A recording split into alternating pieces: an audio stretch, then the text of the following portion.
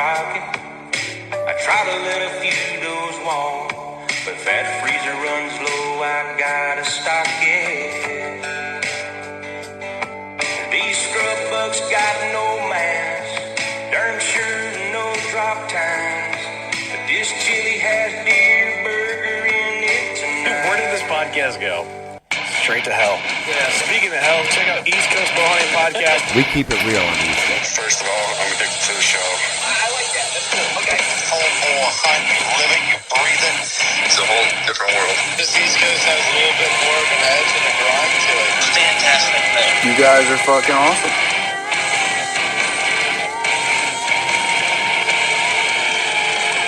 I want to feel like I'm just hanging with the voice. But I actually saw Jesus. The point where it is now, where it's insane. Let's get the fuck out of here. I just want to get the realest people possible in the industry. You know, if we're not pissing people off, we're not doing it right.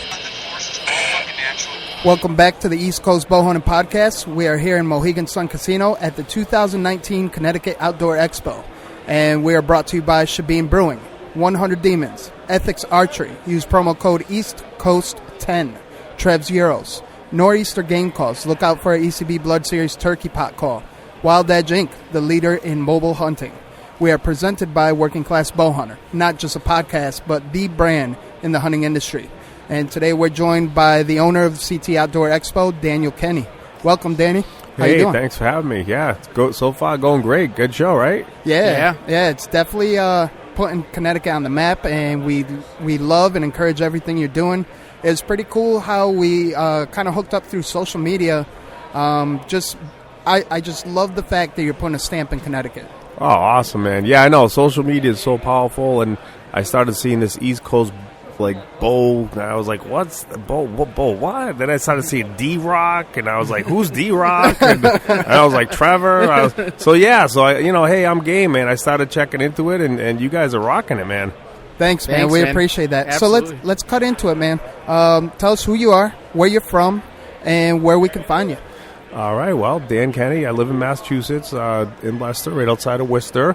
And, I do a little hokey fishing show that I've done for a while. I was able to get a couple of good sponsors, but my real job after leaving the corporate world is running these expos. So I run the New England Fishing Expo, which is in January. I took over the old Worcester show and kind of moved it to restore it to a true outdoor show that had gone, kind of south where you see at a lot of shows nowadays. They had just a lot of junk, and that's not our vibe, right? We're outdoorsmen, man. We don't want to be looking at leaf filter and 30 feet of trinkets, right? So that's what I did at Boxborough. I turned it into a hardcore fishing show, and then the opportunity at Mohegan Sun came up, and essentially they opened up the new expo center, and again, I just had the vision of a true outdoor show, for everybody. It's just, these shows are a lot of work, but I grew up going to these shows, and I'm talking since 8, 9, 10 years old, and I just always remembered such a cool vibe. Like every winter, you just wanted to go to one of these shows and catch trout or shoot arrows or look at guns and even see trucks and 4x4s or whatever.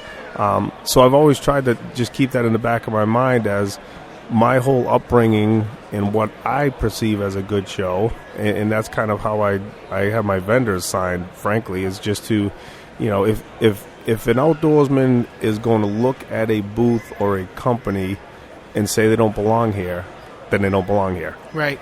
Absolutely. I agree with you. Growing up and being and going to these shows like your whole entire life from being a little one and that vibe like that, it's just like it's something that it can't even be described unless you're actually there. It's a crazy, crazy vibe. Oh, for sure. And I like how you bring the at-home feel to even the non-hunter that may be curious or non-angler that wants to start and get into the field. It's very embraceful, for sure. Right. And this show starting off is, it's the first year in a brand new venue. So, there's going to be bumps in the road. There's going to be mistakes made. We're going to learn from them. And, it's one thing about the hunting side of things is, I have a fair amount of archery here, a couple of guns, gun dealers, and some hunting safaris and lodges and so forth. But on the grand scheme of things, there's a whole lot of fishing and less hunting. Now, it's not because I'm biased against hunting, but it's Connecticut. Well, not only that, but with what you guys do, that's really out of my control. That there's just not as much money in hunting as there is in fishing. Right. And you know what? Something to piggyback on that. I mean, Connecticut is mainly known as a fishing state. Right. And that's why we're here today, to really exploit the fact that Connecticut is a very underrated hunting state as well. You can get it all here in this little state, including Massachusetts and Rhode Island. Right. Circled by the coast. I mean, you could get it all by fishing offshore, fishing from the shore, hunting inland, hunting mountains. I mean, you get absolutely everything. Oh, it's everything, and yeah, I mean, location-wise, it's pretty much common sense. This should be a show that has a lot of saltwater fishing, right? I mean, that's just a no-brainer because of the location.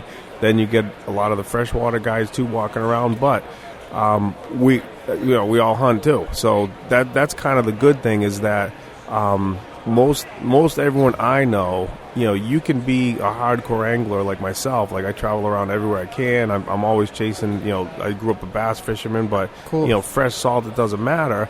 But turkey season comes. Then you go after the whitetails. Yeah. If you're fortunate enough, you can go on a black bear hunt. So we all dig the same stuff, right? Yeah. We're all outdoorsmen. Right. It's awesome. That's awesome. And I love the logo too. Where can we find you, Dan? CT Outdoor Expo.com for the Connecticut show, and on Facebook it's the Connecticut Outdoor Expo. Instagram CT Outdoor Expo. Awesome. And the logo itself says it all. It's a circle logo, Connecticut Outdoor Expo, and you have the whitetail and the fish jumping out of water with trees in the background. Who designed that? You come up with that? Because that's pretty awesome.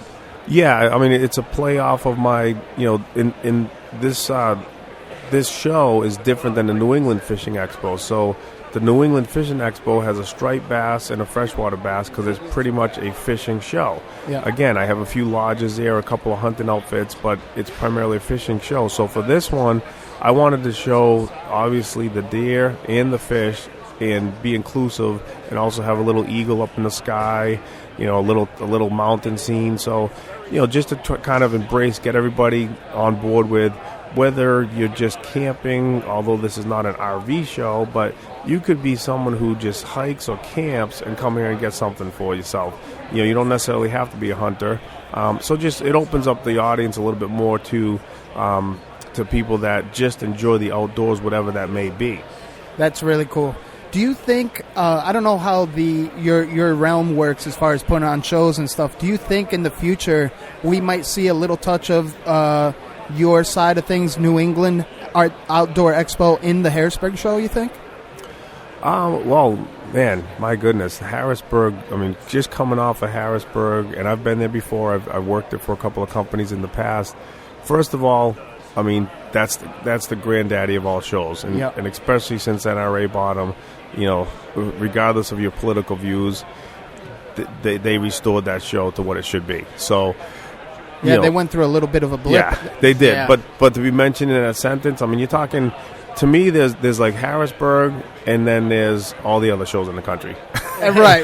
Basically. I can't agree with you. Well, more on that. I'm figuring, obviously Trev and I have always experienced the Harrisburg every year, except for that one year. And then they have so many buildings. It'd just be really cool if there's some way you can bring, like, the New England building outdoors.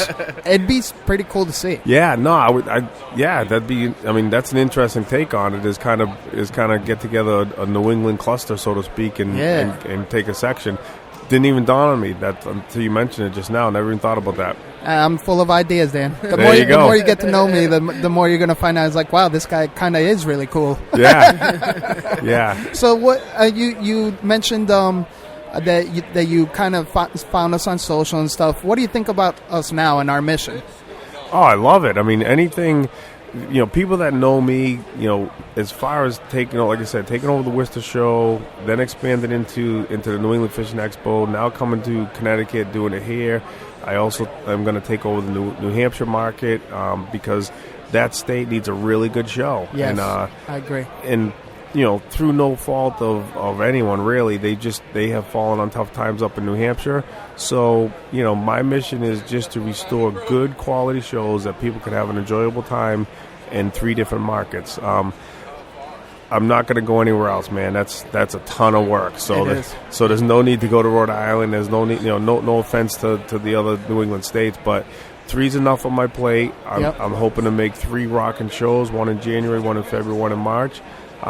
They're all going to have a different vibe, but they're all going to be outdoors. And, it's just it's a full-time gig for me. And what I tell people is that I'm just an outdoorsman who is trying to put kids through school and pay the mortgage like everyone else, right? Working class. Yep. That's it. So I'm just trying to do a good show, and hopefully I can please a lot of folks. And you're doing an excellent job, man, and we can't thank you enough. Absolutely. This has been a really enjoyable experience, and we're still rocking. So let's continue at it, and thank you for all your diligent work. And Daniel Kenny, on that note, stay stepping. And stay slaying.